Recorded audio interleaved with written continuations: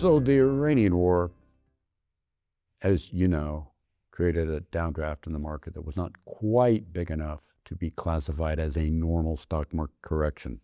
Normally a correction is thought of as a decline in the broad market indexes of more than 10% but less than 20%, whereas a decline of more than 20% with some extended duration is considered a bear market. A decline of nothing to negative 10%, a less than 10% decline is just thought of as normal short-term volatility and noise, and that's what the Iranian war generated. Almost a correction, but no cigar. Now, the fact is, having volatility like that is not abnormal. It's pretty darn routine. Stocks are volatile. So is there likely to be more volatility ahead? You pick the time frame. The answer is yes. Volatility is a high probability in all time frames. Will it be there? Will it not be there? Let me offer you the flip side of the coin. You got a V. Market falls, market rises. If that's volatile, that's volatile. It's just volatile the kind you like versus volatile the kind you don't like.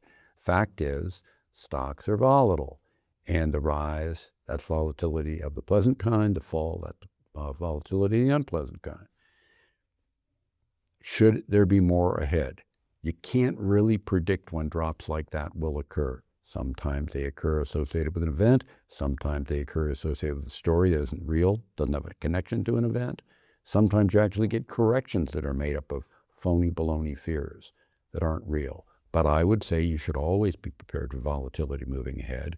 And what I've said in my forecast for this year, 2026, is the first half of the year should be a begrudging, sideways, entrenching, moving, pulsating, but not big up move or big down move year.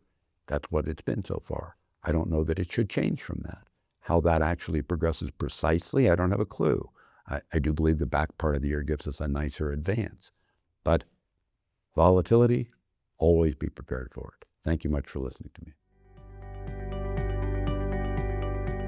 Hi, this is Ken Fisher. Subscribe to the Fisher Investment YouTube channel if you like what you've seen. Click the bell to be notified as soon as we publish new videos.